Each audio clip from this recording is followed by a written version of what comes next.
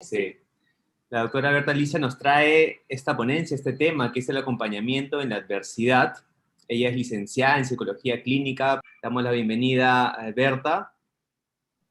Muchísimas gracias. Muchas gracias. Buenas tardes a todos.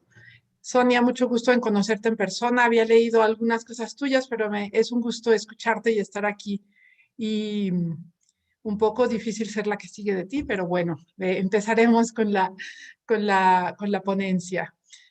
Eh, el tema que me toca a mí trabajar hoy es el acompañamiento en la adversidad. Y voy a compartir mi presentación que me sirve como guía y que espero que a ustedes también les sirva como guía para ir siguiendo el tema. Dejen ponerla en modo presentación. Y vamos a empezar entonces.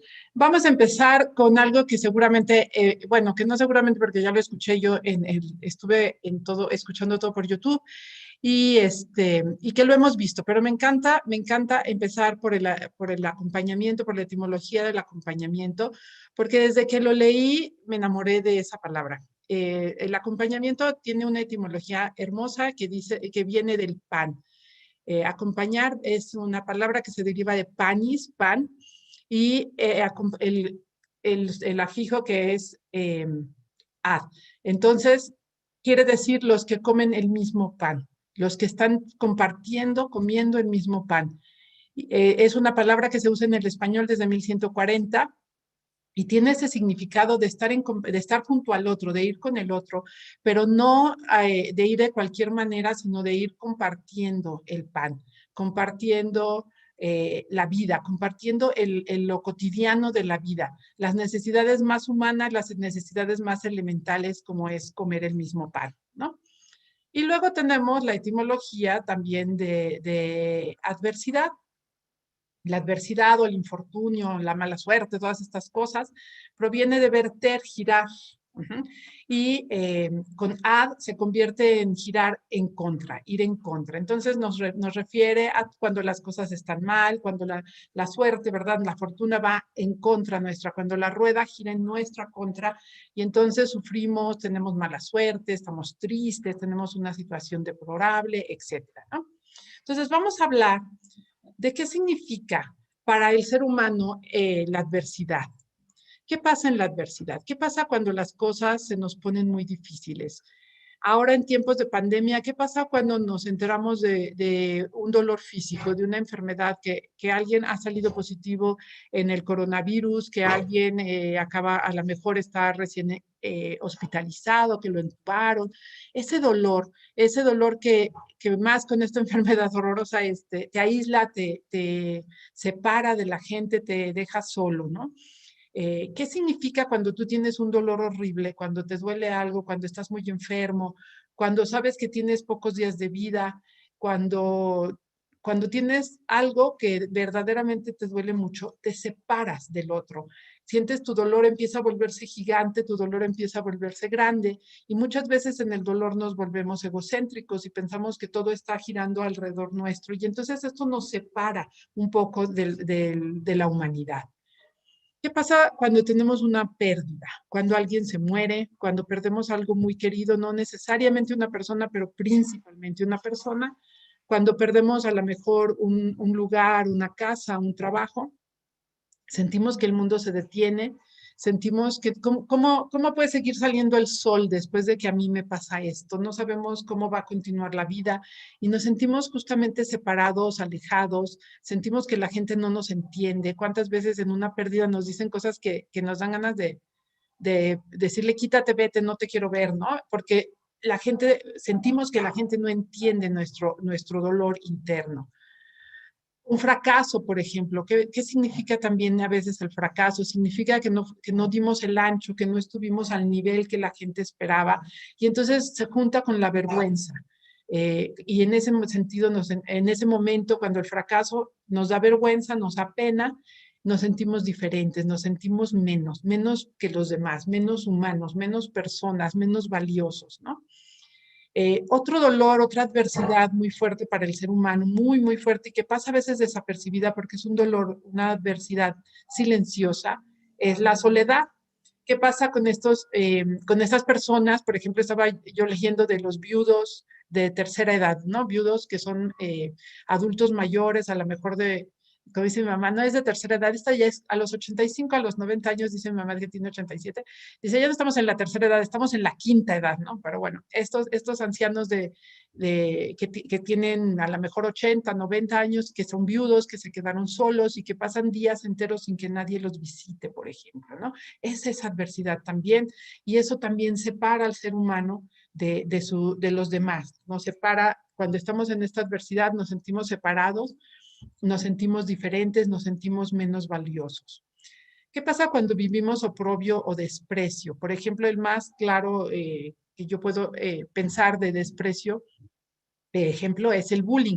¿Qué pasa cuando en la escuela hay un muchacho o una niña a la que están maltratando, a la que se están burlando, le están haciendo un lado?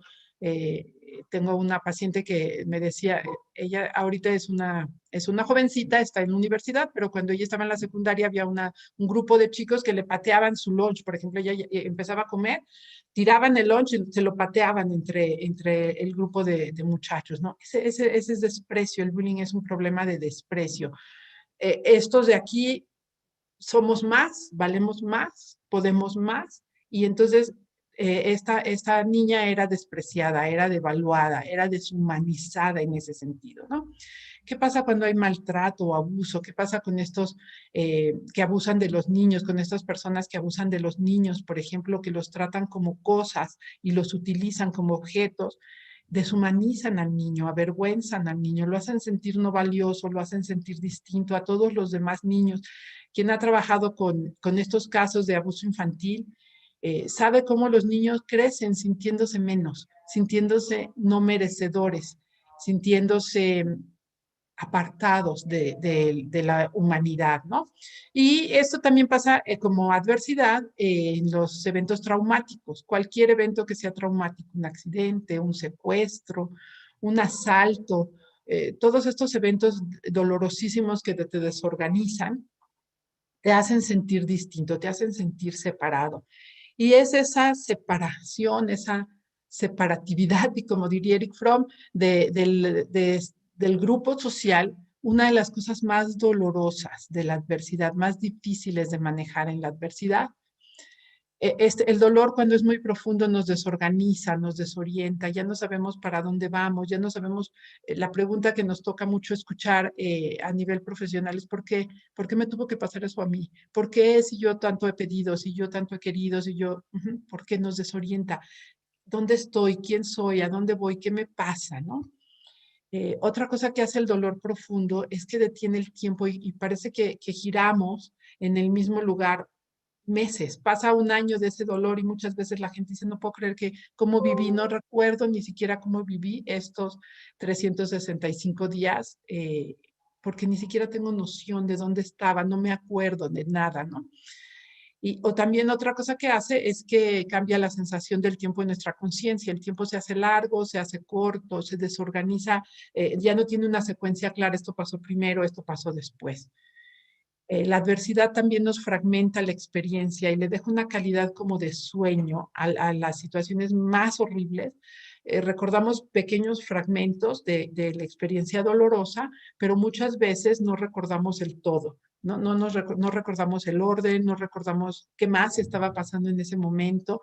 Por ejemplo, un accidente, un secuestro, puedes tener fijo aquí la voz, la mente, la pistola, lo que sea, pero no te acuerdas de qué pasó antes, de dónde venías, a dónde ibas, o sea, se te desorganiza la experiencia.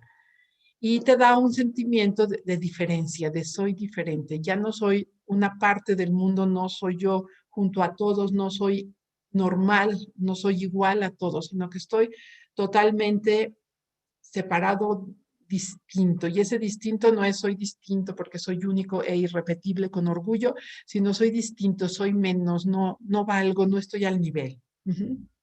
Si esta adversidad no es causada a lo mejor por una cosa natural, como un fenómeno natural, que se cae en la casa o cosas así, sino que es una adversidad causada socialmente. Es decir, por ejemplo, el bullying como una violencia social, como una violencia doméstica, donde el esposo está maltratando a la esposa o el padre o la madre están maltratando a los hijos. Si es una situación social en donde se burlan un grupo social de otro grupo social. Entonces, este dolor, esta adversidad te cosifica. El otro, hablando, repitiendo de la mirada, como decía la doctora Sonia, te mira como cosa, te ve como objeto y te transforma en objeto, te usa como objeto, ¿no? Entonces la adversidad social, además de dolorosa, cosifica. Y en los casos graves, incluso durante la adversidad, perdemos la sensación de ser humanos, no que nos sintamos perros o gatos, como ahora dicen, no, soy un perro atrapado en el cuerpo de un ser humano, no, sino en el sentido de ser parte de la humanidad. Entonces, todas estas cosas suceden dentro de la persona durante un evento o durante el tiempo de la adversidad. Y esto no se ve afuera, la gente no lo ve si no lo quiere ver. Puede pasar desapercibido. Un niño puede llegar a la escuela, como me ha pasado muchas veces verlo con pacientes, puede llegar a la escuela y pasar en la escuela 10 años y nadie se dio cuenta, se portaba bien, trabajaba bien y nadie se dio cuenta que estaba lastimadísimo, viviendo a lo mejor un abuso o un maltrato o una separación dramática, traumática de alguien, de su mamá, de su papá. No se ve. Necesitamos ser conscientes de que estas cosas pasan para buscar y para mirar el tamaño del dolor que la gente está viviendo y necesitamos saber que esto sucede para que, para que busquemos y para que ayudemos, ¿no? ¿Qué pasa si esta adversidad no es un momentito no es una cosa de un día? No es como el huracán que vino, duró 8 horas, nos destruyó la casa, pero ya se fue y ya podemos empezar a reconstruir. ¿Qué pasa si la adversidad nos dura más y se convierte en un estado permanente? Por ejemplo, en los casos de bullying, en donde todo el ciclo escolar es este desprecio, esta molestia, este acoso, que es la palabra en español, ¿no? Este acoso sobre una persona. ¿Qué pasa si esto dura todo el ciclo escolar, que son 10 meses, o todo el ciclo académico, como puede ser toda la primaria o toda la secundaria, ¿no? Entonces se generan muchas sensaciones que se confunden con enfermedad o que se transforman en una enfermedad como cansancio, apatía, tristeza, todas estas, ¿no? Desconexión con el mundo, a una sensación así muy, muy importante, vergüenza. Si esto me está pasando a mí, sobre todo cuando empieza en la infancia y en la adolescencia, si esto me está pasando a mí, algo hice yo mal, algo tengo mal, en algo soy diferente. Entonces hay una sensación de vergüenza, a veces de irrealidad. Esto muchas veces hace que las personas que lo están viviendo no puedan hablar de lo que están viviendo precisamente porque lo consideran algo que es vergonzoso o algo que es tan terriblemente doloroso que sienten que la otra persona no lo va a poder entender porque no lo ha vivido. Eso pasa mucho con la gente de la guerra, cuando lees sobre los veteranos de guerra y sobre cómo trabajar el estrés postraumático en los veteranos de guerra. Una de las cosas que pasa mucho es que ellos no le cuentan a nadie. No le cuentan, llegan de la guerra, se reincorporan a su casa, ay, mi amor, te quiero, un abrazo de llegada, de bienvenida, pero después no hay conexión, porque no pueden poner en palabras el dolor, no pueden poner en palabras la tragedia que vivieron, porque está desorganizada, porque está eh, vista como desde fuera, porque dejó esta sensación de que el tiempo se cambió, esta sensación de irrealidad, y porque es muy difícil ponerlo en palabras, ya hace muy difícil exponer todo ese dolor y contárselo a alguien que no lo ha vivido. Y porque muchas veces la gente tenemos, y esto es lo que vamos a hablar la segunda mitad de la plática, tenemos esa dificultad para conectar con el dolor y lo que queremos hacer es borrarlo de pronto, ¿no? Ya no te preocupes, ya pasó, ya estás aquí.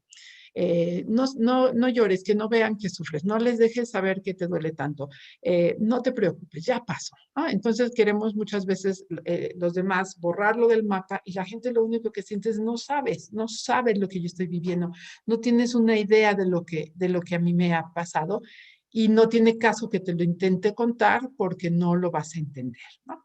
Entonces, bueno, eso es lo que sucede cuando la adversidad se prolonga. Y en resumen, y lo que yo quisiera que ustedes se acordaran mucho, en resumen, es que cuando estamos en momentos de intensa adversidad, nuestra vulnerabilidad queda expuesta a la mirada del mundo. Es decir, la gente que nos rodea y la gente que no nos rodea, si nos abrimos a ella, si platicamos un poquito, o cuando son cosas obvias como en una muerte, en un velorio, por ejemplo, puede ver dónde estamos. Y entonces nuestras defensas y nuestra imagen, sobre la cual hemos trabajado muchas horas de la vida, eh, se caen. Se caen estas defensas y entonces ya no soy yo esa imagen que proyectaba. No soy yo ya la doctora que sabe psicología, que puede muy bien hablar en una conferencia, sino que ahora soy la mamá que está preocupada por el hijo, la esposa que está enojada con el marido, la hija que está preocupada o que está sufriendo con la enfermedad de su mamá, en fin, ahora ya no soy esa imagen, sino que ahora se ve o la gente podría ver si yo me dejo, porque muchas veces nos cubrimos, como les decía, la que soy en el fondo, la fragilidad, la debilidad, lo que me falta, mis carencias, mis errores, mis miedos. Y eso cuesta mucho trabajo, ¿no? En momentos de adversidad, la gente es impresionantemente vulnerable. Y cuando la gente está en adversidad, ya no tocamos con la defensa del otro, con la imagen que el otro nos presenta. Normalmente nos relacionamos con el otro poco a poco. Primero la imagen que nos presenta y poco a poquito vamos entrando hasta su intimidad y conocemos quién es en el fondo esa persona poco a poco. En el momento de adversidad, podemos entrar directamente a lo más profundo, a lo más cuidadosamente protegido, a lo que normalmente la gente no muestra, no enseña, lo que la gente, de hecho, no solamente no es que no lo enseñe, sino que lo oculta. No te enseño, como ahorita estamos en el Zoom, ustedes pueden ver atrás, y no es que yo les esté ocultando la casa, es que no pueden ver más que una plantita que se ve ahí atrás, ¿no? Pero en este caso, la debilidad, la fragilidad, no solamente no se pueden ver normalmente, sino que las ocultamos. Y en momentos de adversidad, uno entra de la superficie a lo más profundo de la persona en un instante. En estas circunstancias, en estos momentos de vulnerabilidad extrema, la presencia de alguien que te acompañe, te puede devolver la sensación de ser humano, de que eres parte de la humanidad, de que no estás solo, no estás aislado, no estás en el rincón, no vales menos, sino que perteneces a la humanidad y estás con alguien, estás acompañado.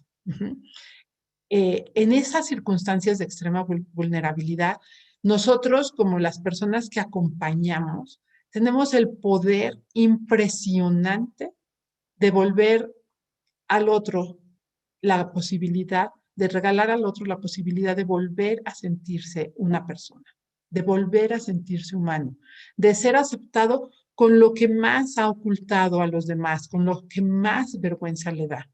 Los niños que sufren bullying casi nunca lo cuentan, lo ocultan, porque ese dolor les da vergüenza. Entonces, cuando nosotros podemos mirar, podemos acercarnos, podemos acompañar a alguien en esos momentos específicos, le hacemos sentir que no está solo y que sigue siendo una persona valiosa, querible, a pesar de cómo se siente. En estos momentos, y subrayamos como en la ponencia pasada la mirada, en estos momentos a veces solo podemos ofrecer una mirada compasiva, una escucha compasiva, un estoy aquí, pero abre la puerta. Esa mirada y esa escucha compasivas pueden abrir la puerta a que la persona acepte el dolor en lugar de pelearse con él, lo vaya viviendo, le vaya cayendo al fondo y empiece a buscar sus recursos para manejarlo, para enfrentarlo. Ujú. Cuando la escucha y el acompañamiento es comprensivo, permite que la persona acepte su vulnerabilidad, entienda que es débil, entienda que parte de ser humano es no ser perfecto, entienda que parte de ser una persona implica cometer errores, algunos muy fuertes o muy lejanos a lo que la persona estaba tratando de ser, ¿no? Entonces, esta vulnerabilidad puede ser impresionantemente ayudada por un acompañamiento. Una compañía constante a lo largo de la adversidad facilita que la gente se reintegre, se vuelva a integrar, ¿no? Vuelva a estar completa, se reorganice y reorganice la experiencia y vaya acomodando esas piezas como de un rompecabezas que estaba desordenado, los vaya acomodando y las vaya haciendo, les vaya dando un sentido y una completud en su cabeza. Y también permite que se reorganice el autoconcepto. Yo sigo siendo yo con todo y esto que viví. Aunque se hayan burlado de mí, yo sigo siendo una persona valiosa. A pesar de que haya vivido un abuso, un maltrato, una violencia, lo que ustedes quieran, yo sigo siendo una persona, sigo siendo yo. No soy un trapo, no soy una porquería, no soy una cosa, no soy un objeto, sigo siendo una persona. Eso es el poder del acompañamiento en la adversidad. Es un poder, así como los superpoderes, es un poder. Y aquí pongo esta frase de una ex psicoanalista suiza que dice, las lágrimas lloradas a solas descargan, pero no curan. Solamente las lágrimas que se lloran en compañía son las que tienen la posibilidad de sanar. Es decir, cuando nosotros estamos en la adversidad, llorando, sufriendo, solitos, podemos ir descargando y descansamos un poco, pero la curación no nos va a llegar hasta que nos permitamos o nos brinden la posibilidad de una compañía, de estar acompañados. Y ella es psicoanalista, fue psicoanalista y usa específicamente en compañía, no dice en terapia, no dice en análisis, no dice en compañía. Es decir, las lágrimas que lloras con alguien son las que sanan.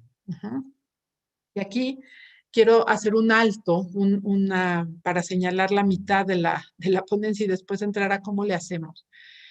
Y regresar a un momento. Yo le había puesto a la lámina un título, pero ya no ocupó porque el cuadro es hermosísimo. Y el cuadro, el título era Una mirada al cielo. Yo quiero detenernos aquí, pasar de la vulnerabilidad humana hacia el cielo, ¿no? Hacia qué pasa en este momento particular de la historia de Jesús, en el momento de la crucifixión. Este pintor, que como todos los artistas es sensible y puede transmitir emociones y puede transmitir pensamientos y puede transmitir conceptos y vivencias en un lienzo. Eh, este hombre se llama Giovanni Donato da Montorfano. Este pintor hace este cuadro y nos muestra la crucifixión del Señor y el cuadro se llama Cristo en la cruz, le regala la santidad al buen ladrón.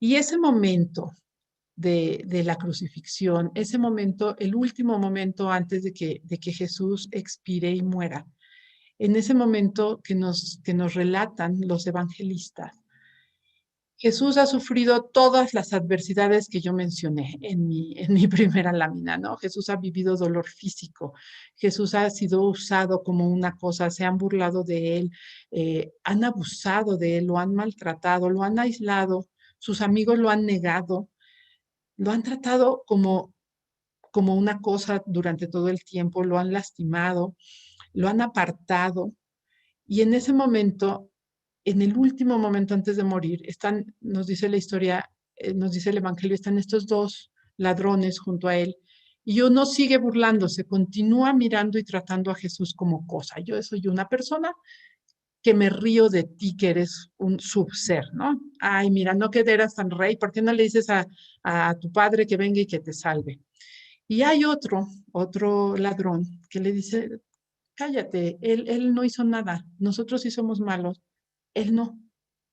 Y voltea a Jesús y le dice, Señor, cuando estés en tu reino, acuérdate de mí.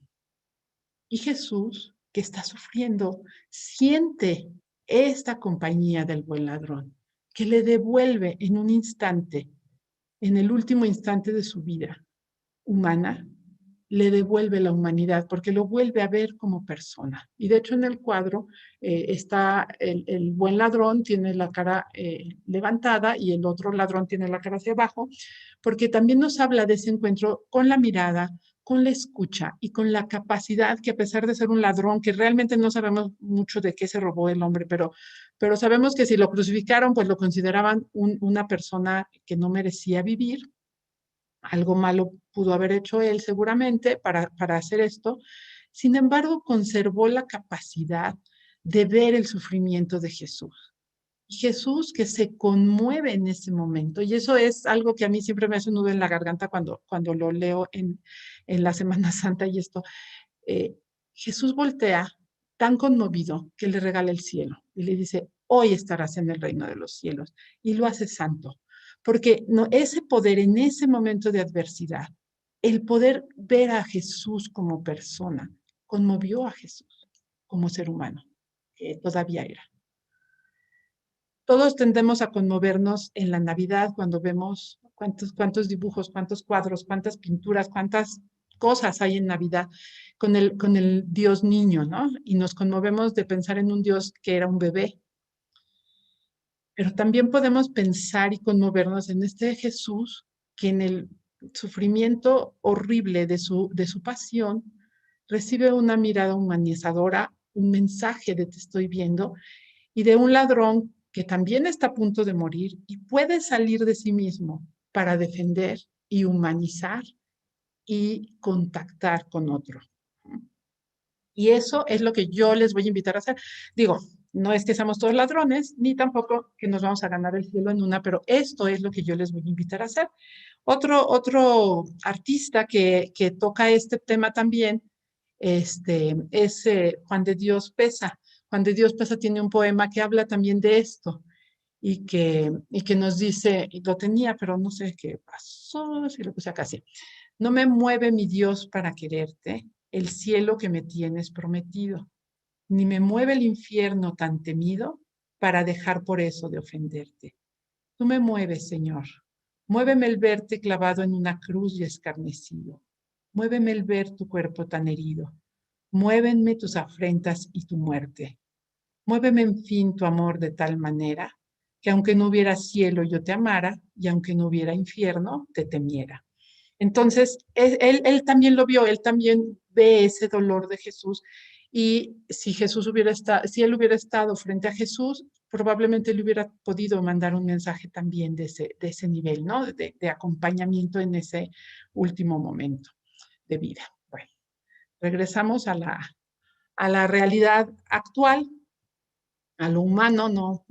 Y pensamos, todos podemos acompañar, todos podríamos haber sido como ese buen ladrón en un momento de dolor infinito. Y sí, esa es la buena noticia, todos podemos hacerlo, ¿no? En los momentos de adversidad, que son parte de la vida, o sea, el dolor, el sufrimiento es parte de la vida, la muerte es parte de la vida. Eh, Cuando el dolor se está sintiendo, cuando el dolor está empezando, cuando está manejándose de una manera adecuada y no está haciendo un daño terrible ni está causando una patología, en los momentos difíciles frente a que viven nuestros familiares, nuestros amigos, la gente que nos rodea, nuestro prójimo, todos podemos acompañar. A ese nivel personal, todos podemos ofrecer esta mirada que ofreció el buen ladrón. Era un ladrón, acuérdense, era un ladrón. Eso a mí me parece algo muy importante. Era un ladrón, era alguien que hacía mal y se ganó el cielo con un toque, porque fue en ese momento. Y todos podemos dar ese toque en ese momento. Todos podemos hacerlo para alguien más. A todos nos va a tocar. Bueno, ahorita vamos a hablar de cómo a veces nosotros nos resistimos a hacerlo porque nos duele, ¿no?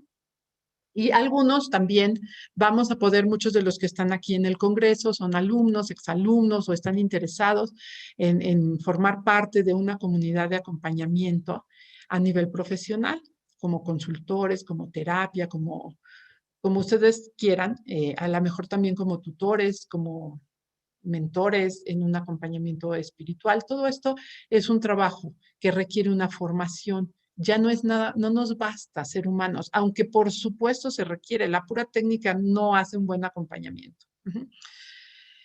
No nos basta ser humanos, sino que necesitamos una formación completa, porque en ese momento de vulnerabilidad, así como podemos con un buen mensaje rehumanizar a la persona, mal manejado, la persona está vulnerable, está abierta, su corazón está así a flor de piel, y mal manejado podemos revictimizar, podemos volver a lastimar, podemos hacer un daño más grande. Entonces, necesitamos una formación completa a nivel, si lo queremos hacer ya a nivel profesional. Para un buen acompañamiento, ¿qué necesitamos? ¿Qué necesitamos para poder mandar ese mensaje, ese toque de aquí estoy, te veo como humano, te veo como alguien que sufre, pero que en ese dolor, aunque tú te sientes mal, aunque tú te sientes un trapo, aunque tú te sientes diferente, aunque tú te sientes avergonzado, yo te veo como una persona y aquí estoy para ti. Y una de las cosas que cuesta más trabajo, como bien lo decía el padre en la primera ponencia, es que vivimos en un círculo narcisista, egocéntrico, y no queremos salir de nosotros mismos y lo que queremos es que se pare el dolor, pero no para curar al otro, sino para que no me duela a mí. Mucha gente me ha dicho, pero mucha gente no, me dice, yo odio ir a los velorios porque es horrible. Pues claro que es horrible ir a un velorio, pero tú no vas para pasarla bien si no es una fiesta. Tú vas para acompañar al que está sufriendo. Mucha gente me ha preguntado también, pero es que no sé qué decir. Pues no, no, ¿cómo le voy a quitar el dolor? Bueno, no se lo vas a quitar porque tú no puedes quitarle el dolor a la gente, solo puedes ayudarle a cargar ese dolor, a procesar ese dolor. Mucha gente no va porque no sabe qué decir o no le habla a alguien que está enfermo porque no sabe qué preguntarle o porque qué tal si lo molesto. No, mucha gente no le habla a alguien que le está pasando mal porque tiene miedo de sufrir yo, de sufrir. Yo no le hablo a mi tía que está muy mala porque no quiero oír y quedarme con el dolor de que no sabe si va a poder sobrevivir esto. Yo no le hablo porque a mí me duele y eso es egoísmo. Entonces, el primer paso, la primera condición que requerimos para acompañar en la adversidad es ser capaces de salir de nosotros mismos y de ver el mundo como lo está viendo la otra persona.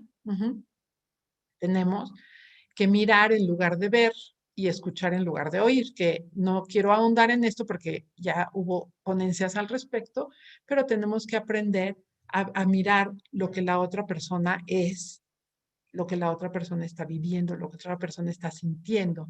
Y tenemos que aprender a escuchar, a oír en la voz. Hay muchos estudios sobre cómo la cara muestra las emociones, ¿no? Y hay entrenamiento para entender las emociones, incluso las microemociones, que es algo muy interesante, y que podemos aprender a captar en un segundito de mirada cómo se está sintiendo la persona. Hay mucho sobre escucha activa, de cómo escuchar, de cómo aprender a ver lo que nos dicen y lo que no nos dicen, el tono, el volumen, las palabras que se eligen, etcétera. Y hay muchos estudios, pero todavía no se pueden sistematizar porque es demasiado, así muy, muy, muy amplio en cómo cambia el tono de la voz.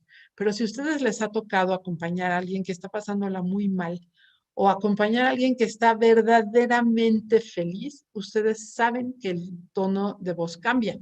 Yo no puedo olvidar una llamada telefónica de mi primo, un primo muy querido, que me habló cuando nació su hija. Él le dije, me avisas, ya estaban en días, me avisas, no importa que sea la medianoche, no. Entonces, como todos los bebés, como todo buen bebé primerizo, nació como en la madrugada y entonces es una niña, se llama Regina, y me habló y sonó el teléfono como a las 4 de la mañana y nos paramos todos sorprendidos, pero contesto y es él, ¿no? Se llama Samuel Sami.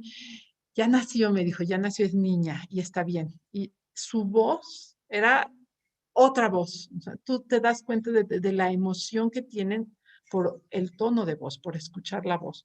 Y lo mismo yo creo que cualquiera de ustedes puede recordar la voz de un dolor, la voz de una persona que está en adversidad. Y es esta voz que muchas veces fingen o graban los que hacen las extorsiones telefónicas, que es de tanto dolor que nos mueve. Mamá, mamá, ayúdame. Y resulta que ni tus hijos están bien, pero el extorsionador está jugando con la voz, ¿no? Está jugando con ese tono que cambia cuando nosotros estamos experimentando una situación complicada. Entonces, también poder escuchar el tono de voz nos puede ayudar a ver la intensidad de lo que las personas están diciendo. Y no tiene que ser una tragedia horrible. No se imaginan cuántas veces en una terapia de pareja, simplemente ir quitando los obstáculos para, a ver, entiende, ¿qué te quiso decir? Estaba yo acompañando trabajando con una pareja que tuvieron un pleito horrible porque ella llegó muy cansada y le dijo, ayúdame, tú encárgate del chiquito, tiene un chiquito de 4 años, y él le dice, ¿por qué? Eso te toca a ti, yo ya habíamos hecho, pero tienen los dos trabajan y trabajos muy demandantes y tienen un contrato ahí es pegada en el refri de tú haces esto y yo hago esto, y tienen sus días, ¿no? Lunes, miércoles y viernes te toca a ti esto, y martes, jueves, así, ¿no? A mí no me toca, y ella le dice, por favor, es que no puedo más. Ay, le dice, él se empieza a enojar, y de ahí empieza un pleito horrible, ¿no? Y al final del pleito, él le dice, ya no voy a hablar contigo porque no se puede hablar, muy enojado, y se sale, y ella le dice una grosería, ¿no? Y entonces él voltea y le dice, ¿qué me dijiste? Y se la repite para que oiga bien la grosería, ¿no? Entonces, cuando estamos procesando la pelea, cuando estamos viendo por qué ella estaba tan enojada, yo no puedo vivir con alguien que dice groserías, dice él, ¿no? Pues es horrible que te digan groserías, pero cuando empieza él a oír cómo se sentía y cómo se sintió y cómo lo vivió, y él empieza cómo vivió el sentimiento de ya me voy, contigo no se puede hablar y ya cállate y cosas así. Y él cuenta que una de las cosas ¿por qué? ¿Por qué estaba tan enojado y por qué no quería seguir hablando? ¿Por qué no quería decir? Dice, es que yo me estaba acordando qué horrible eran los pleitos con mis papás.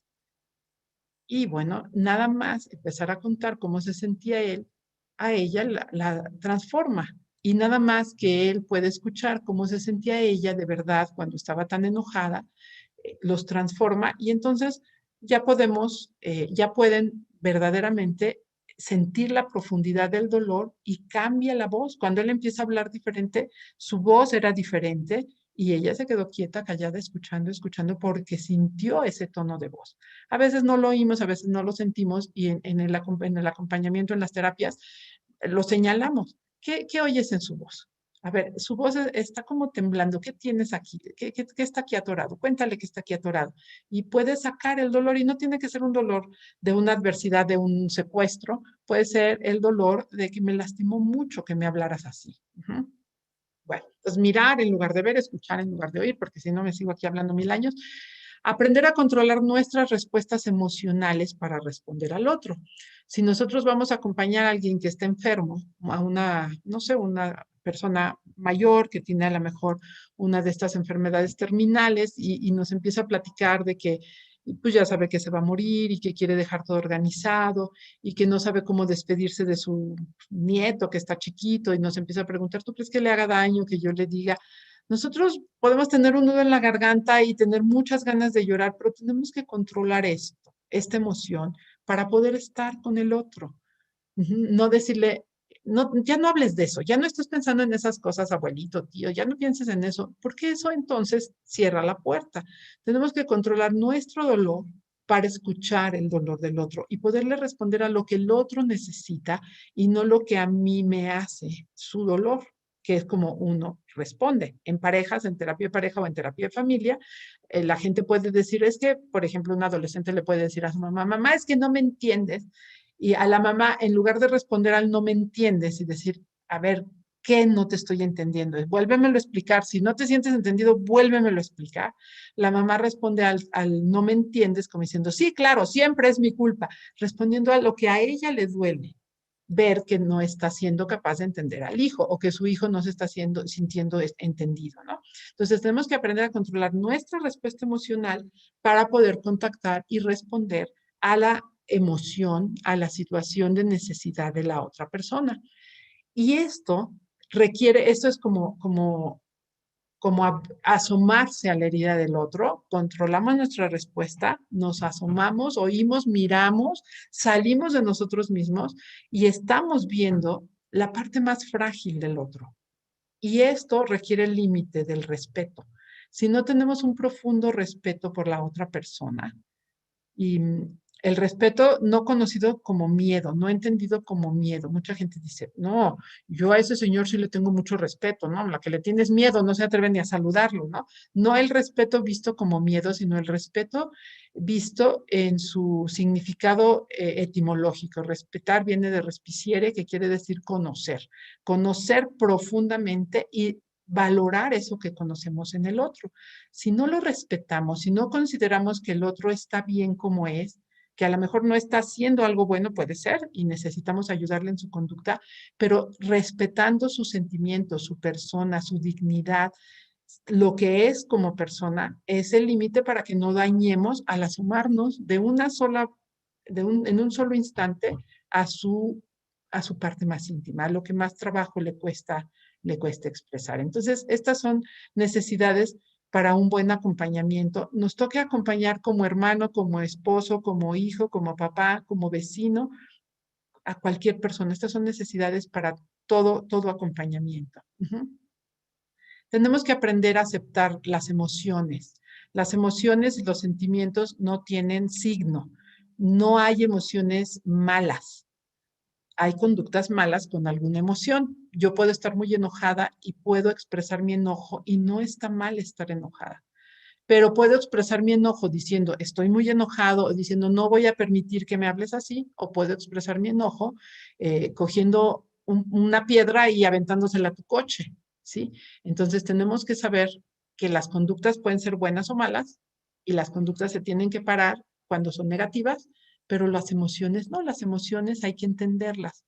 Y usualmente atrás de un enojo profundo, como este ejemplo que les pongo en la terapia, donde ella dice una grosería, atrás de ese enojo profundo hay un dolor horrible y hay que ver qué está atrás de ese sentimiento o acompañando, dice Paul Ekman, el investigador, uno de los investigadores más famosos sobre las emociones, dice, no es verdad que hay algo atrás del enojo, hay algo junto al enojo. Bueno, está bien, la fisiología dice esto, son emociones que llegan al mismo tiempo, entonces no están abajo y otros dicen si están abajo, pero no importa. Junto o abajo del enojo siempre hay algo más. Entonces hay que poder entender y aceptar ese enojo para poder escuchar todo lo demás. Necesitamos calma y paciencia. Eso es lo que a mí me cuesta más trabajo de todo. Necesitamos calma y paciencia. El ritmo de hablar, el ritmo de mostrarte, el ritmo de abrirse a la intimidad, el ritmo de sentirse acompañado y responder a esa compañía reorganizándose, eh, revalorándose, lo marca el otro. No es que yo llegue y le diga, oye, yo estoy aquí y él inmediatamente diga, ay, gracias, ya me alivié. Pues no, no va a ser así. La otra persona puede necesitar días o meses de acompañamiento antes de recuperarse al nivel que estaba antes de lo que le pasó. El ritmo lo marca el otro. Necesitamos fe en el otro, fe en su capacidad, fe en que todo ser humano puede ser mejor, puede perfeccionarse, puede aprender del sufrimiento, puede tener una vida más completa después de un dolor muy grande. Necesitamos esa fe y necesitamos sí estar anclados en los valores, en la fe, en la verdad, porque si no nos vamos a meter al dolor y a lo mejor llegamos a los absurdos como las películas que ahora se han puesto de moda, de que te acompaño y te ayudo a morirte y entonces como yo entiendo que tú estás tan lastimado, yo te compro tu veneno y te lo doy y te doy un beso y soy el amor de tu vida porque te maté. O sea, no podemos llegar a esos extremos, necesitamos un ancla en los valores que son los que nos van a guiar. Entonces, esas son necesidades para un buen acompañamiento. ¿Qué obstáculos nos vamos a encontrar y que pueden ser súper nocivos, pueden hacer mucho daño si encontramos estos niveles personales en la persona, no en la técnica? Las técnicas se aprenden y se manejan, ¿no? Pero en la persona, en el ser de la persona. Un prejuicio, un obstáculo grandísimo es la autorreferencia, cuando todo lo relacionamos con lo que yo haría, lo que yo pensaría, lo que a mí me pasaría, cuando yo soy la referencia del dolor. Eso no es para tanto, eso no es para que llores así. Pues eso es una autorreferencia. Para mí eso no me haría llorar, pero a lo mejor a esa persona eso sí le hace llorar. También los prejuicios. los prejuicios ya hechos sobre en qué sí se debe de llorar, en qué no se debe de llorar, qué es lo que se tiene que sentir, qué es lo que se tiene que hacer en estos momentos. Tener estos prejuicios y estar juzgando puede hacer mucho daño. Y entonces una persona que está muy triste, la otra vez murió el hermano de una tía, abuela, ¿no? O sea, ya muy viejito el señor. Entonces mi mamá le habló para darle el pésame. Y le dice mi tía, no me des el pésame, deberías de darme un abrazo, él ya está bien. ¿No? Entonces, cada persona lo va a vivir diferente. Yo también fui una vecina cuando mis hijos eran muy chiquitos, tenían como 6 y 2 años, o 7 y 3 años. Se murió una vecina vivía en la casa exacta de enfrente y los tenía niños de la edad de mis hijos y jugaban juntos, ¿no? Y le dio leucemia y murió.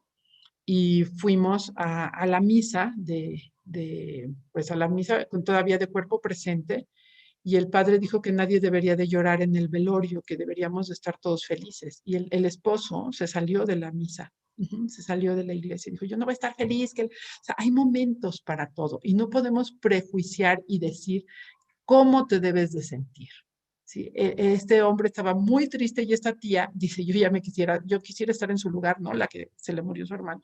Entonces, la misma frase de él ya está bien o ella ya está bien, no hay que estar triste, puede ser tomada en situaciones diferentes de manera completamente diferentes. Entonces, el tener ya prejuiciado, esto sí es para que llores, esto no, esto es lo que tienes que pensar, esto es lo que tienes que hacer, dificulta que podamos ver lo que realmente le pasa al otro y nos lleva a imponer. Si nosotros tenemos ese prejuicio, lo que vamos a hacer es imponer o vamos a buscar imponer.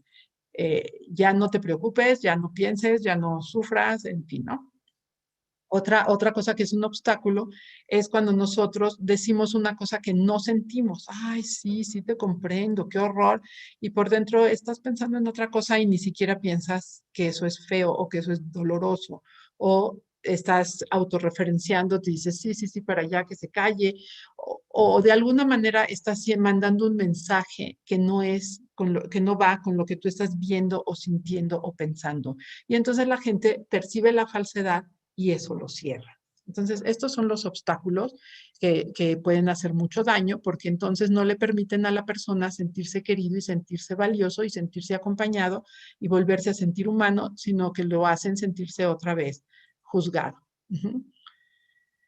Eh, ¿Y qué necesitamos si vamos a hacer un acompañamiento profesional? Aparte de todo lo que ya vimos, pues necesitamos tener una buena formación en normalidad y patología.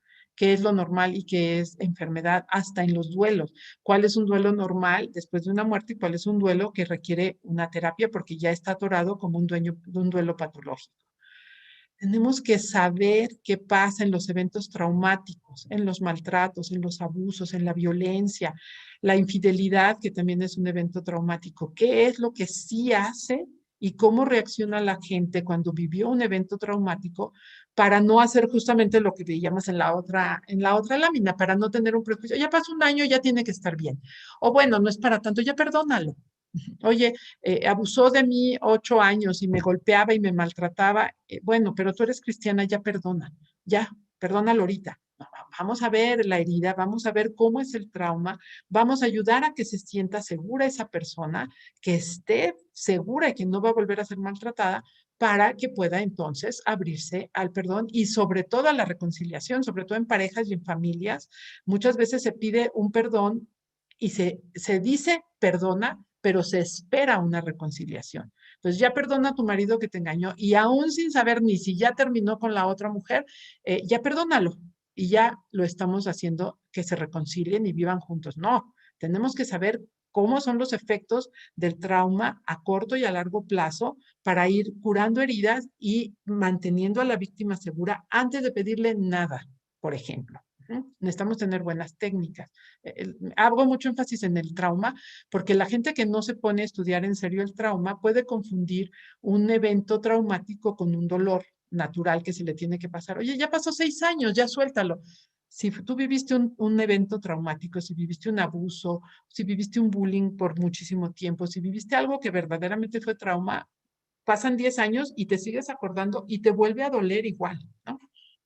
Necesitamos tener técnicas por supuesto, de psicoterapia, ya sea de familia, de persona, lo que sea que vayamos a hacer, necesitamos conocer las técnicas, tenemos que tener las habilidades para comprender muchos puntos de vista, para ser congruentes con lo que nos está pasando a nosotros, con el dolor de los otros y saber cómo manejarnos nosotros con ese dolor, poder aceptar y poder contener.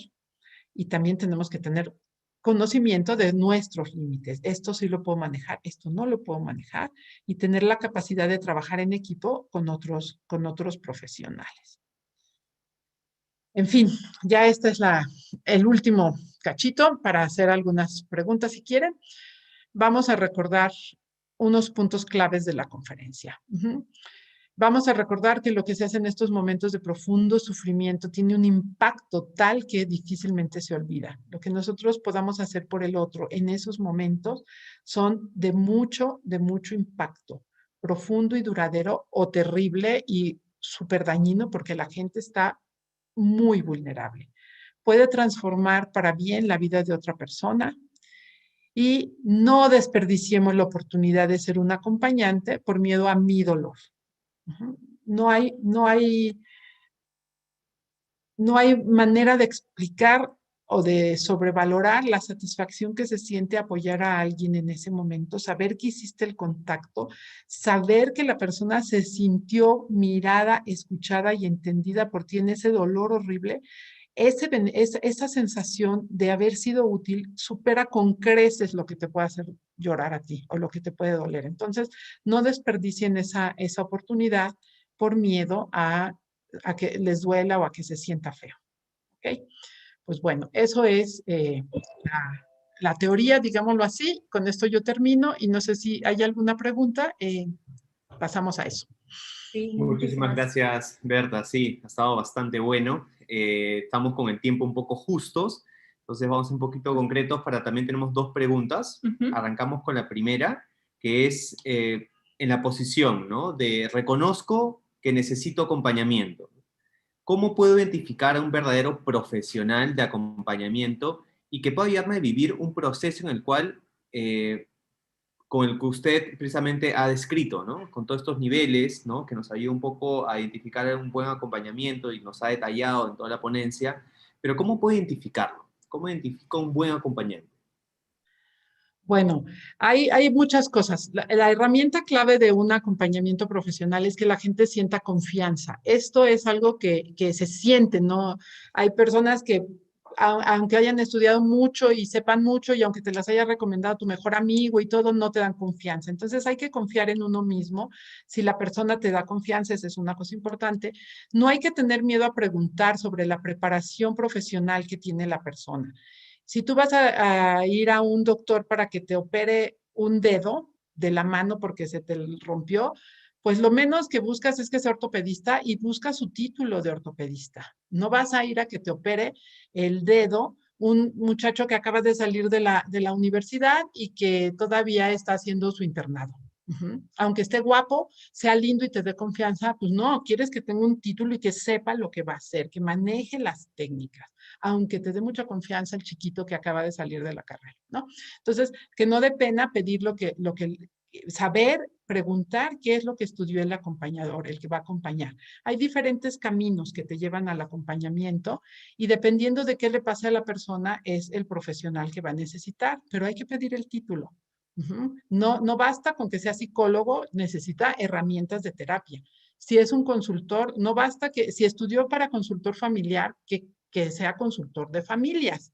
Si tú vas a ir a una cosa individual, que haya estudiado un trabajo de terapia individual, ¿sí? Entonces, que no tengan miedo de pedir que la persona que los va a acompañar les explique qué estudió, en qué se formó, en qué tiene herramientas. Que confíen en su sentir. A veces la gente que está más vulnerable no confía nada en sí mismo y entonces dice, pero es que me dijo, pero uno lo siente. En situaciones muy difíciles uno siente. A mí me ha tocado recibir un mal apoyo en momentos muy difíciles, así de llorar y llorar y llorar en la sesión y ver que no tengo la respuesta y que me duele en la panza porque me acuerdo una frase de yo sintiéndome mal, llorando y la terapeuta me dice, oye, necesitas leer. Le digo, llevo 8 años leyendo. Pues, ¿qué lees? bueno, se acabó ahí, o sea, sé que esa terapia no me va a servir porque lo que sentí fue un hoyo en el estómago y no volví. Hay que creer en eso también. Y bueno, todos los que estamos en este negocio del acompañamiento, en este trabajo del acompañamiento, que a veces no es tan buen negocio, todos los que estamos en esto sabemos que no basta anunciarte, o sea, aunque tú pongas la mejor campaña en Facebook, estas cosas no alcanzan a llevar pacientes a los consultorios, porque la gente siempre busca una recomendación persona a persona y creo que está excelente. O sea, ¿quién te recomienda? Pregúntale a alguien que tú hayas visto que va bien. Pregúntale a alguien que ya vivió el acompañamiento con esas personas. Esa también es una buena recomendación. Si no tienes, pregúntale con quién ha trabajado, dónde ha trabajado. Y que tú sepas, y si te lo recomienda, por ejemplo, yo he trabajado mucho, por ejemplo, para niños, con los niños de esta escuela. Pues checas por ahí, tienes un conocido de que va en esa escuela, oye, ¿qué onda con esta psicóloga? ¿Trabaja bien? ¿Cómo ves? O sea, pedir esas referencias personales pudiera ser también otra ventaja, ¿no? No sé si con eso les contesto. Sí, Sí, sí, claro. buenísimo. Ahora tengo una segunda y última para ir con el tiempo, es cómo ayudar a alguien que no sabe que necesita ayuda. La gente sí sabe que necesita ayuda, pero no quiere la ayuda a veces. Porque cuando la gente que necesita la ayuda muchas veces está tratando de proteger lo último que queda de imagen. Y la verdad es que no puedes ayudar al que no se deja ayudar. Ajá, puedes estar ahí y decirle, veo esto, puedes reflejar lo que estás viendo. Te veo triste, te veo doloroso, te veo adolorido, aquí estoy, pero no puedes entrar donde la gente no te deja, no puedes. Entonces, muchas veces en estas situaciones, cuando me preguntan con los hijos adolescentes, ¿no? ¿Cómo? Si el hijo no me quiere contar, no, pues el hijo no te puede contar, no te quiere contar, no te va a contar. El primer paso es respetar que no te quiere contar. Entonces, a ver, mi amor, yo te veo súper triste. Si hoy no quieres hablar de eso o si yo a lo mejor estoy exagerando, no te voy a preguntar más, no te voy a forzar, pero yo estoy preocupada porque te veo muy triste. Yo no te veo feliz, chaparrito. No, que bien. Pero ya le dijiste, yo vi. Eso puede abrir una puerta a lo mejor al ratito, no en este momento. Una persona que verdaderamente cree que está en lo correcto y ni siquiera se ha dado cuenta de su error, es rara, pero existen, sí, pues no la puedes ayudar. Le puedes mandar un mensaje, como es nuestra obligación como cristianos, es corregir los errores, ¿no? Pero una cosa es decirle, oye, yo veo esto, yo siento esto, yo percibo que te está yendo mal, ten cuidado, lo que sea. Y otra cosa es decir, y ahora te sientas para que me escuches y yo te tengo que ayudar. No es posible, no es posible. Así como Dios nos pide que nos abramos a Él, ese acompañamiento pide que la gente se abra, es mutuo, es un camino doble. Por eso te enriquece. Por eso, de verdad, yo les digo, no tengan miedo de que les va a doler, porque enriquece recibir, saber que pudiste entrar y recibir ese poquito que te manda la otra persona, ese agradecimiento, esa conexión con esa persona te enriquece. Pero la tienes que recibir para ayudar. Es de dos caminos. No puedes tú entrar a ayudar así como si fueras regalando monedas por el mundo y tirándolas. No se puede, no funciona. Entonces, si la gente no quiere, la gente no quiere. No se puede. No puedes entrar a fuerzas en alguien. Solo puedes decirle, aquí estoy, puedes señalar lo que tú ves, puedes, cosas que pueden ser útiles es, por ejemplo, regalarle un libro a una persona en un momento difícil o que tú sientes que está pasando la difícil o que tú ves que no está haciendo las cosas bien, invitarle a una plática, comentar un caso parecido y sembrar una necesidad, pero no puedes entrar a fuerza a ayudar a alguien que no quiere que le ayudes. No funciona. Así es. Ujú. Súper. Gracias, Berta, por tu tiempo, por las respuestas a las preguntas. Nos ha gustado mucho y yo creo que a todos los que han escuchado también.